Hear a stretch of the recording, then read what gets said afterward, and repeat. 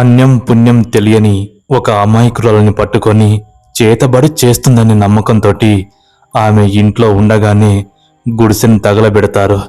ఆ గుడిసెలో తగలబడుతూ మిమ్మల్ని వదలనురా, మిమ్మల్ని వదలను, నేను చనిపోయి మిమ్మల్ని కూడా చంపేస్తాను, మంచి చేయాలని వచ్చిన నన్ను మీరందరూ కలిసి చంపేస్తున్నారు కదా, వదలా, ఒక్కరిని కూడా వదలా అంటూ తను ప్రాణాలని వదిలేస్తుంది. అసలు ఏం జరిగింది? ఆ మసూచి అని పిలువబడే ఆ అమ్మాయిని ఆ ఊరు జనాలు ఎందుకు అనుమానంతో చంపారు అని ఈ విషయాలన్నీ తెలుసుకోవాలంటే ఈ స్టోరీని మీరు చివరిదాకా స్కిప్ చేయకుండా చూడండి. చాలా భయంకరంగా ఉంటుంది. ఆ ఊరి పేరు గంగమ్మగూడెం. అదే గ్రామంలో మసూచి అనే ఒక అమ్మాయి ఊరికి చివరగా గుడిసె వేసుకొని జీవనం గడుపుతుంది. తన భర్త చనిపోవడంతో తనను ఏ చుట్టాలు చేరదీసినా కూడా తను ఎవరి దగ్గరికి వెళ్ళలేదు. అదే జ్ఞాపకాలతోటి అదే గుడిసెలో బ్రతుకుతుండేది. ఊరు జనాలు కూడా తనని అరిష్టంగా చూసేవాళ్ళు. తను ఊరు జనాలతోటి ఎవరితో కూడా సరిగా మాట్లాడేది కాదు. కానీ ఊరంటే ప్రేమ. కానీ ఊరు జనాలే తనని దూరం పెట్టారు. అదే గుడిసెలో ఉండి తన పని తను చేసుకొని బ్రతికేది. రోజులు గడుస్తూ ఉన్నాయి.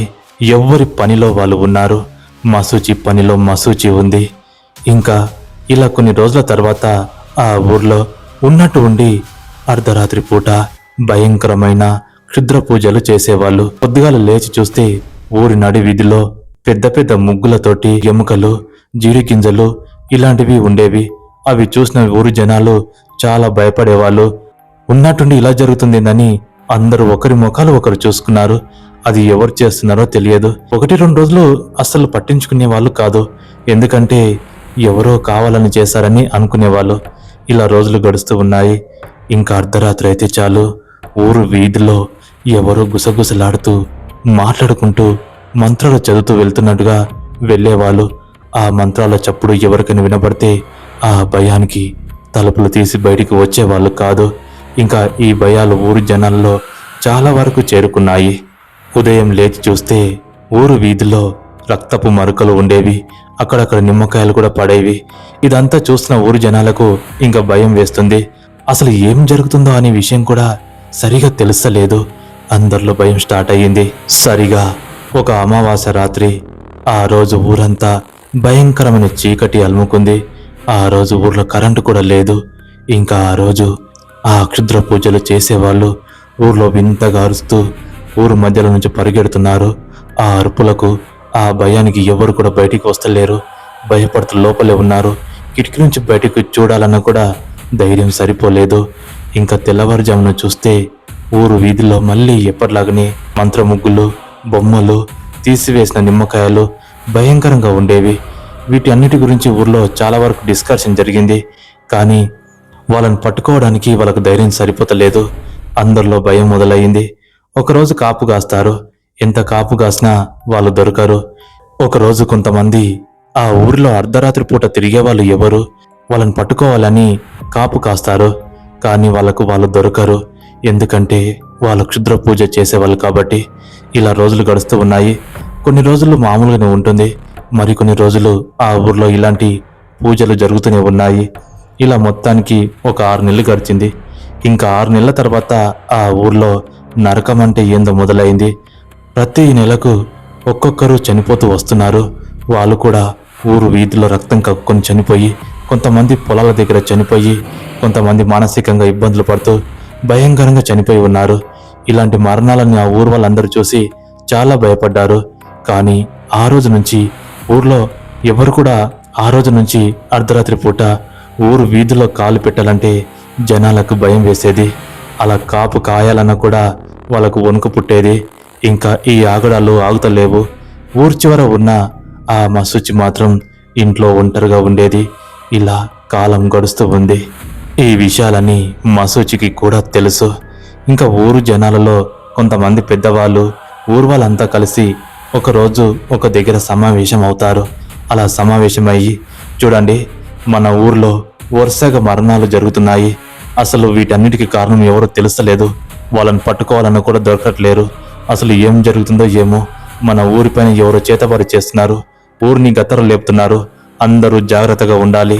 మన ఊరికి శాంతి జరిగేంత వరకు అందరూ ఆ దేవుని పైన భారం వేసి ఇంట్లో జాగ్రత్తగా ఉండండి, ఎవ్వరు కూడా అర్ధరాత్రి పూట బయటికి రావద్దు అని ఊరు పెద్దలు హెచ్చరిస్తారు. ఇంకా అందరూ ఆ రోజు నుంచి బయట తిరగకుండా ఇంట్లోనే ఉండేవాళ్ళు. కానీ ఆ చేతబడి చేసే వాళ్ళ ఆగడాలు ఆగలేవు. వాళ్ళు ఇంకా జనాలు బయటికి రాకపోవడంతో ఊరంతా వాళ్ళ రాజ్యం అయిపోయింది. వాళ్ళు ఇంకా ఆగకుండా క్షుద్ర పూజలు చేస్తూ ఉన్నారు. మరణాలు మాత్రం ఆగట్లేవు. ఇంకా భయం మొదలయ్యింది. జనాలకు పిచ్చిలేస్తుంది. ఏం చేయాలో అర్థం అవట్లేదు. ఇంకా గ్రామ ప్రజలు దూరంగా ఉన్న ఒక సిద్ధాంతి గురించి తెలుసుకుంటారు.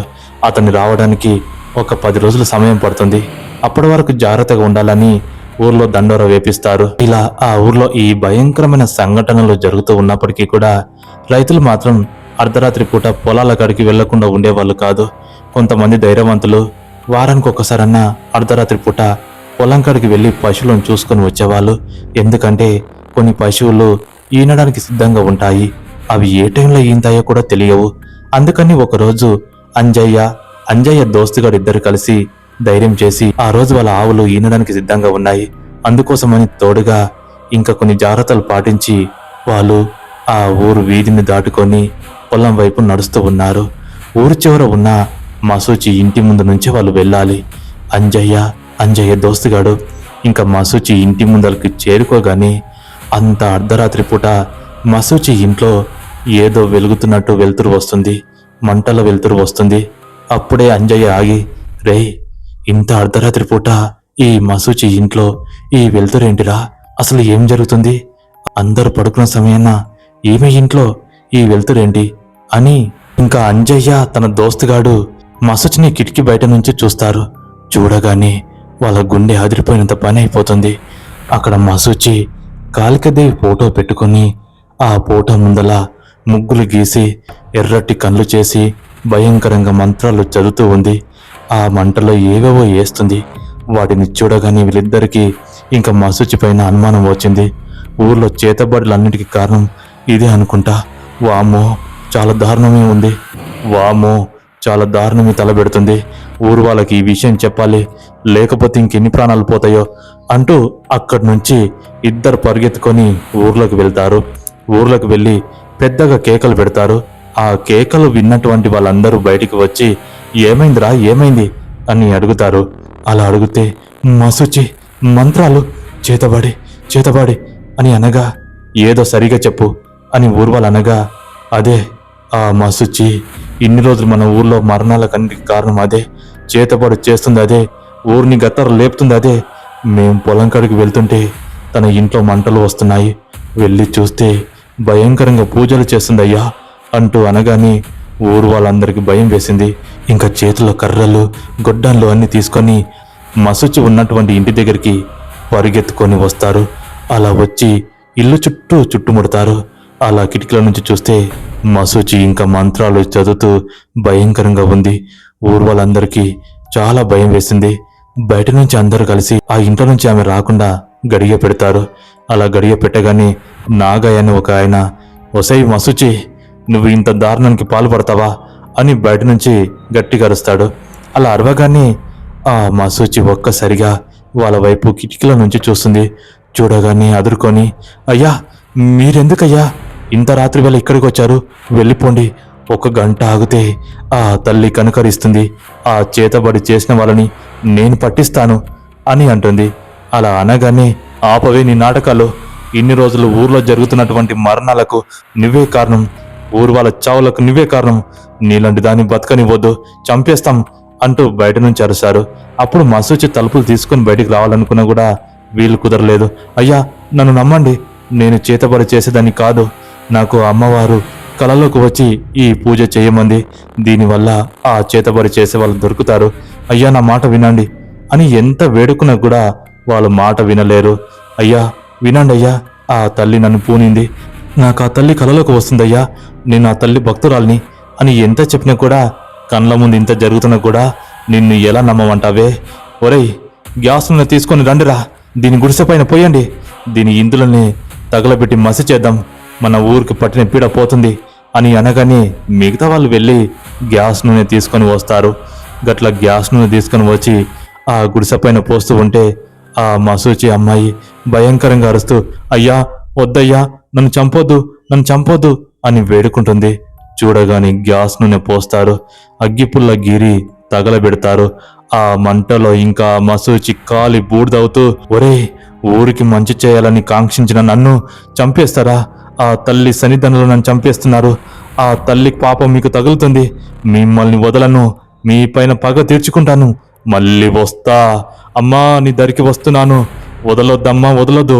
వీళ్ళకు నరకం అంటే ఏందో చూపిస్తా అంటూ అదే గుడిసెలో మసూచి కాలి బూడిదైపోయింది. ఇంకా ఊరు వాళ్ళందరూ అటు నుంచి వెళ్ళిపోయారు. తెల్లవారుజామున పోలీసులు వచ్చి తెలుసుకున్న సమాచారం ప్రకారం అడిగితే అందరూ ఒకే మాట పైన ఉన్నారు. దాని చావుకు మాకు ఎలాంటి సంబంధం లేదు. అది ఊర్లో చేతబడులు చేస్తూ ఉంది. ఎవరు చంపారో మాకు తెలియదు. ప్రమాదవశాత్తు చనిపోయినట్టుంది. మాకు అనవసరం, దాని గురించి మాకు అస్సలు పట్టింపే లేదు అని ఊరు వాళ్ళందరూ కాంక్షించి అనగానే పోలీసులు కూడా ఏం చేయలేకపోతారు. జస్ట్ నార్మల్గా కేసు రాసుకొని వెళ్ళిపోతారు. ఇంకా ఆ రోజటి నుంచి ఊరు వాళ్ళలో ఎంతో సంతోషం. అప్పటి నుంచి ఆ ఊర్లో చేతబడులు కానీ, ఊర్లో ఎవరో తిరుగుతున్నట్టు ఆ శబ్దాలు కానీ రావట్లేవు. ఊరంతా ప్రశాంతంగా ఉంది. అందరూ ఊపిరి పీల్చుకున్నారు. అలాగో ఇలాగో సంవత్సరం గడిచింది. ఊరంతా ఇంకా ఎంతో ఆనందంగా ఉన్నారు. కానీ అప్పుడే మొదలవుతుంది వాళ్ళ లైఫ్లో ఇంకా మర్చిపోలేని సంఘటనలు. మసూచి ఇప్పుడు భయంకరమైన దయ్యంగా తిరిగి వచ్చింది. ఊరు వాళ్ళపైన పగ సాధిస్తుంది. అయితే సంవత్సరం వరకు ఆ ఊరిలో ఎలాంటి క్షుద్ర పూజలు జరగకపోవడానికి కారణం ఏంటంటే, ఆ రోజు మసూచి చేసిన పూజలే. ఆ పూజల ప్రభావం వల్లనే ఆ చేతబడులు ఆగిపోయాయి. ఊరు జనాలకు తెలియక మసూచిని పొట్టన పెట్టుకున్నారు. ఇప్పుడు మసూచి అన్యాయంగా చనిపోయింది. కాని పగ చనిపోలేదు, తను మళ్ళీ వచ్చింది. ఇంకా ఊర్లో వల్లకాడే. ఒకరోజు అంజయ్య దోస్తుగారు ఇద్దరు కలిసి మళ్ళీ పొలం కాడికి వెళ్తూ ఉన్నారు. చీకటి బాగా పడింది. ఇంకా వాళ్ళు వాళ్ళ ఊరిని దాటుకొని పొలిమేర సైడుగా వెళ్తూ ఉన్నారు. వాళ్ళు వెళ్ళవలసిన చోటు మసూచి ఇంటి ముందల నుంచి. అక్కడ మసూచి గుడిసె కాలిపోయి అంత బొగ్గులతోటి భయంకరంగా ఉంది. ఇంకా అంజయ్య దోస్తుగాడు ఆ ఇంటి ముందలకు చేరుకోగాని ఆ ఇంటి ముందల ఒక అమ్మాయి నిలబడి ఉంది. ఆమెను చూసినటువంటి అంజయ్య దోస్తుగాడు, రేయ్, ఇంత చీకట్లా గీడ ఈ అమ్మాయి ఎవర్రా, గీడేం చేస్తుంది అని అనుకుంటూ పద చూద్దామంటూ వెనుక నుంచి వెళ్తారు. ఏ అమ్మాయి, ఇంత చీకట్లా గీ మసూచి ఇంటి ముందల ఏం చేస్తున్నావు? ఇక్కడేం పని నీకు అని అంజయ్య గట్టిగా బెదిరిస్తాడు. బెదిరిస్తే ఆమె ఉలుకులు లేకుండా పలుకులు లేకుండా అలాగే ఉంటుంది. ఏమైంది, నిన్నే పలకరించేది, ఏమంటలేవేంది? ఈడేం చేస్తున్నావు? మసూచి ఇంటి ముందల నీకేం పని అని ఇంకొకసారి అరుస్తారు. అప్పుడే పెద్ద గాలి వస్తుంది. ఆ గాలి రాగానే మసూచి ఒక్కసారిగా వెనుకకు తిరిగి చూస్తుంది. అప్పుడు దాని రూపాన్ని చూసిన వాళ్ళిద్దరూ ఒక్కసారిగా భయంకరంగా అరుస్తారు. అలా అరవగానే ఆ మసూచి నవ్వుతుంది. తన రూపం సగం కాలిపోయి ముఖమంతా పుచ్చిపోయి భయంకరంగా ఉంటుంది. వాళ్ళిద్దరూ తన రూపాన్ని చూసి మసూచి అని అరుస్తారు. అలా అరవబోతుండగా తన పదునైన చేతులతోటి వాళ్ళిద్దరు గొంతులు పట్టుకొని భయంకరంగా చంపేస్తుంది. ఇంకా వాళ్ళని చంపి తన పగ తీర్చుకుంటుంది. తెల్లవారుజాము అవుతుంది. ఊరు వాళ్ళందరూ అటుగా పరిగెత్తుకొని వస్తారు. అలా పరిగెత్తుకొని వచ్చి వాళ్ళని చూడగానే వీళ్ళు ఎలా చనిపోయారని వాళ్ళకు అస్సలు ఏమి తోయదు. వాళ్ళకి ఇంకా మళ్ళీ భయం మొదలవుతుంది. ఆ రోజు నుంచి ప్రతి అమావాస్యకు పౌర్ణమికి ఆ ఊరంతా వల్లకాడయ్యేది. తెల్లవారుజాము చూస్తే ఊరు వీధుల్లో శవాలు కనబడేవి. నెలకు ఒక ఇద్దరు లేదా ముగ్గురు ఆ ఊర్లో అనుమానాస్పదంగా చనిపోయి ఉండేవాళ్ళు. ఈ మరణాలు మళ్ళీ సాగుతున్నాయి, అసలు ఏం జరుగుతుంది అని ఊరు వాళ్ళలో భయం మొదలైంది. ఒకరోజు నాగయ్య తన ఎద్దుల బండి పైన పొరుగురికి వెళ్ళి తిరిగి వస్తున్నాడు. చీకటి బాగా పడింది. ఇంకా తను కూడా మసూచి ఇంటి ముందల నుంచి రావాలి. ఆ నాగయ్య మసూచి ఇంటి ముందలకెళ్ళి వస్తుంటే ఎడ్ల బండి ముందల సరిగా తోవకు ఒక అమ్మాయి నిలబడి ఉంది. ఆ అమ్మాయి ఊరు వైపు నిలబడి ఉంది. ఎడ్ల బండి ఆపుకున్న నాగయ్య, ఏ అమ్మాయి, ఎవరు నువ్వు? ఇంత చీకట్లా బండికి ఎదురుగా ఉన్నావు, ఇక్కడేం పని? మసూచి ఇంటి ముందల నీకేం పని అని అడుగుతాడు. నాగయ్య అలా ఎంత అడుగుతున్నా మసూచి ఒక్క మాట కూడా మాట్లాడకుండా ముందుకే తిరిగి ఉంది. ఎడ్లు మాత్రం భయపడుతూ వెనక కడుగులు వేస్తున్నాయి. అప్పుడు నాగయ్య ఎడ్లను అదుపు చేస్తున్నాడు. అలా అదుపు చేసి బండి దిగి ఆ అమ్మాయి వైపుకు వెనుక నుంచి వచ్చి తన భుజం పైన చెయ్యి వేస్తాడు. అలా చెయ్యి వేయగా నాగయ్య చెయ్యి అంతా కాలిపోయినట్టుగా భయంకరంగా నొప్పి పుడుతుంది. అప్పుడే ఆ మాసూచి వెనుకకు తిరుగుతుంది. తిరగగానే తన రూపాన్ని చూసిన నాగయ్య గజగజ వణుకుతాడు. ఆ ఎడ్లు అక్కడి నుంచి పారిపోతాయి. ఇంకా నాగయ్యను పట్టుకొని, ఏరా, ఆ రోజు ఈ ఊర్లో జరుగుతున్నటువంటి మరణాలకు నాకు సంబంధం లేదు, ఆ చేతబడి చేసే వాళ్ళని నేను పట్టిస్తాను అని ఆ తల్లిని వేడుకుంటూ పూజలు చేస్తూ మీకు నిజాన్ని చెప్తే నేనే చేతబడి చేశానని అనుమానంతో నన్ను అదే గుడిసెలో కాలబెట్టి చంపేశారు. ఈ రోజు నీ ప్రాణాన్ని కూడా తీస్తాను. ఆ అంజిగాడు చనిపోయాడు, ఇప్పుడు నువ్వే అంటూ తన గొంతు భయంకరంగా పిసుకుతుంది. అలా పిసికి తన మరొక చేతితోటి ఎదలకు కుచ్చుతుంది. అలా కుచ్చి గుండెకాయని బయటికి తీసి అతి క్రూరంగా చంపేస్తుంది. అలా చంపగానే నాగయ్య కళ్ళు భయంకరంగా తెరిచి అక్కడే చనిపోతాడు. ఇంకా ఊరు వాళ్ళందరికీ భయం మరింత మొదలైంది. తెల్లవారుజామున ఆ నాగయ్య శవాన్ని చూసి గజగజ వణుకుతారు. అందరికి అర్థమైపోతుంది అక్కడ తిరుగుతుంది మసూచి అని. మసూచి దయ్యమై వచ్చిందని ఇంకందరు నమ్ముతారు. మసూచి అర్ధరాత్రి అయితే చాలు ఊరిపైన పడి దొరికిన వాళ్ళని దొరికినట్టు భయంకరంగా చంపేది. చాలా మంది ఆ ఊరిని విడిచిపెట్టి పోవాలనుకున్నా కూడా వాళ్ళని పొల్లి మీద దాటిలోపే చంపేసేది. ఇలా ఊర్లో భయం అంటే ఏందో తెలిసిపోయింది. ఇంకా ఇదంతా కుదరదని దూరంగా ఉన్న ఆ సిద్ధాంతి వచ్చే సమయం అయ్యింది. అంతకు ముందే సిద్ధాంతి వచ్చి ఆ ఊరిని శాంతి చేయాల్సి ఉంది. కానీ తాను అందుబాటులో లేకపోయాడు. ఇంకా సంవత్సరం నాటికి మళ్ళీ ఏం ప్రాబ్లమ్స్ లేవని ఊరు వాళ్ళందరూ సైలెంట్గా ఉన్నారు. ఇప్పుడు ఆ సిద్ధాంతి అవసరం వచ్చింది. ఊరు వాళ్ళు ఇంకా వెనుక ముందు ఆలోచించకుండా ఆ సిద్ధాంతిని వెళ్ళి తీసుకొని వస్తారు. తీసుకొని వచ్చి మసూచి ఇంటి దగ్గరికి తీసుకెళ్తారు. ఇంకా ఆ సిద్ధాంతి ఆ ఇంటి ముందర నిలబడి కళ్ళు మూసుకొని అంతా గ్రహిస్తాడు. ఆ అమ్మాయిని అతి దారుణంగా చంపివేసిన ఊరు వాళ్ళపైన కోప్పడతాడు. అప్పుడు ఊరు వాళ్ళు అడుగుతారు, స్వామి ఏమైంది, అసలు ఏం జరుగుతుంది అనగానే, మూర్ఖులారా, మీరు చేసిన పాపానికి ఇప్పుడు ఆ అమ్మాయి భయంకరమైన దయ్యమయ్యి మీ మీద పగ తీర్చుకుంటుంది. ఇంతకు ముందు మీరు క్షుద్ర పూజలకు బలైపోయారు, కానీ ఇప్పుడు ఆ మసూచికే బలవుతారు. ఇప్పుడు అది మామూలు ఆత్మ కాదు, పగ తీరని ప్రేతాత్మ. మీ ఊరిని వల్లకాడు చేయడమే తన పంతం, వదలదు, అందరినీ చంపేస్తుంది అని ఆ సిద్ధాంతి అనగా, స్వామి మేము తెలుసో తెలియకో తప్పు చేశాము, ఆ రోజు చేతబడి చేస్తుంది తానే అనుకున్నాం అని అనగా, ఆపండి, ఆ రోజు ఆ అమ్మాయి ఆ పూజ చేయడం వల్లనే సంవత్సరం పాటు మీ ఊర్లో క్షుద్ర పూజలు ఆగిపోయాయి. అది మంచి అని తెలుసుకోలేని మీరు అదే అమ్మాయి చేతబడి చేసిందని దారుణంగా చంపేశారు. తన ఆత్మ శాంతించలేదు. దాన్ని సాక్షాత్తు ఆ కాళికమాత భక్తురాలు, అంత మహాతల్లిని మీరు పొట్టన పెట్టుకున్నారు. ఇంకా మీ పాపం పండింది, మిమ్మల్ని చంపేస్తుంది అని గట్టిగా అరుస్తాడు. అలా అరవగానే ఊరు వాళ్ళు దండం పెట్టుకొని, స్వామి నువ్వే మమ్మల్ని కాపాడలే, నువ్వే మమ్మల్ని కాపాడాలి, మేము చేసిన తప్పును ఒప్పుకుంటున్నాము, మేము ప్రాయచితం కోరుకుంటాం అని వేడుకుంటారు. అలా వేడుకోగానే వచ్చే అమావాస్య వరకు ఎదురు చూడండి, ఆ రోజే ఆ మసూచిని మనం కట్టడి చేయగలుగుతాము. అప్పుడు తన ఆత్మని శాంతింపజేస్తేనే తను ఊరు నుంచి వెళ్ళిపోతుంది, లేదా మిమ్మల్ని చంపేస్తుంది. ఆగండి, వచ్చే అమావాస్యకు ఆగండి అని ఆ సిద్ధాంతి చెప్పి వెళ్ళిపోతాడు. సరిగా వచ్చే అమావాస్య వరకు ఆగుతారు. ఆ రోజు అమావాస్య అర్ధరాత్రి మసూచి ఇంటి ముందల్లా ఆమె బూడిదని తీసుకొని వచ్చి అక్కడ హోమం ముందల పెట్టి భయంకరంగా పూజలు చేస్తూ ఉంటాడు ఆ సిద్ధాంతి. ఊరు జనాలందరూ వచ్చి అక్కడ కూర్చుంటారు. ఇంకా ఆ సిద్ధాంతి ఆ మసూచిని పేరు పెట్టి పిలుస్తాడు. మసూచి, నీకు జరిగింది అన్యాయము, నేను ఒప్పుకుంటున్నాను, కానీ ఊరు వాళ్ళందరిపైన పగ తీర్చుకోవడం మంచిది కాదు. నువ్వు సాక్షాత్తు ఆ కాళికమాత భక్తురాలివి, ఆ తల్లి కూడా నేను క్షమించదు, ఇలా చేయకూడదు అని అరుస్తూ తనని పిలుస్తాడు. అలా పిలిస్తే భయంకరంగా గాలి వస్తుంది, దూరంగా కుక్కలు ఏడుస్తూ ఉంటాయి. అప్పుడే ఆ హోమం ముందు ఆ మసూచి ప్రత్యక్షమవుతుంది. దాని రూపాన్ని చూసిన వాళ్ళందరికీ గుండెకాయలు జారిపోయి గజగజ వణుకుతారు. తను ఇంకా ఊరు వాళ్ళ వైపు కోపంగా చూస్తుంది. చూడు మసూచి, నీ ఆత్మ శాంతించాలంటే ఏం చేయాలి? అమాయకులైన ఊరు వాళ్ళందరినీ నువ్వు చంపడం మంచిది కాదు. తెలుసో తెలియక తప్పు జరిగిపోయింది. నీ ప్రాణం పైన నువ్వు ఆ తల్లిలో నీలమైపోయావు. అలాంటప్పుడు నువ్వు మనుషులను చంపితే ఆ తల్లి కూడా క్షమించదు.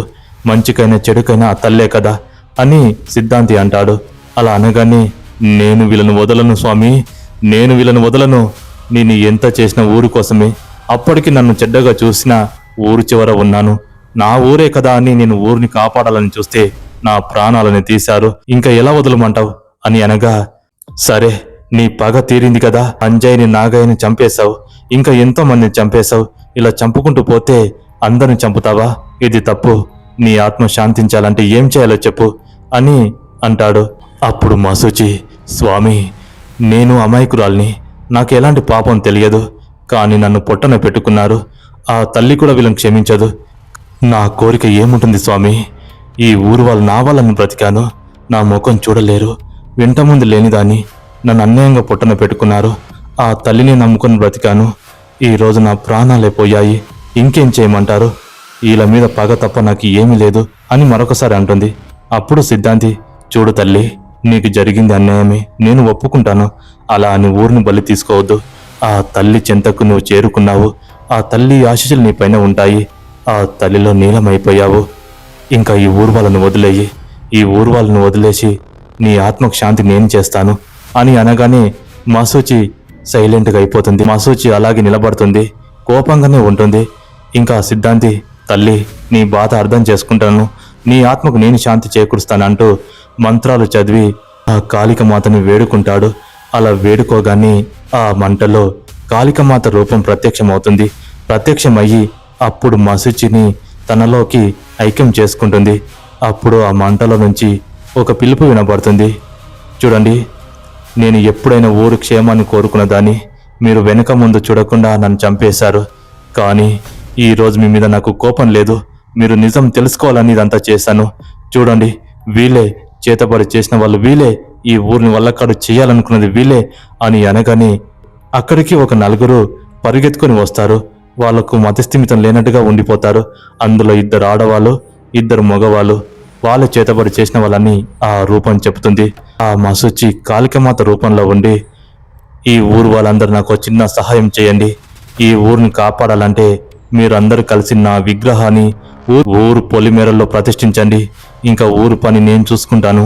ఊర్లో ఎలాంటి దుష్టశక్తులు తిరగకుండా, ఊర్లో ఎలాంటి దుష్టులు లేకుండా నేను చేస్తాను అంటూ ఆ మసూచి మాట ఇస్తుంది. అందరు ఇంకా ఆ మసూచికి మొక్కుతారు.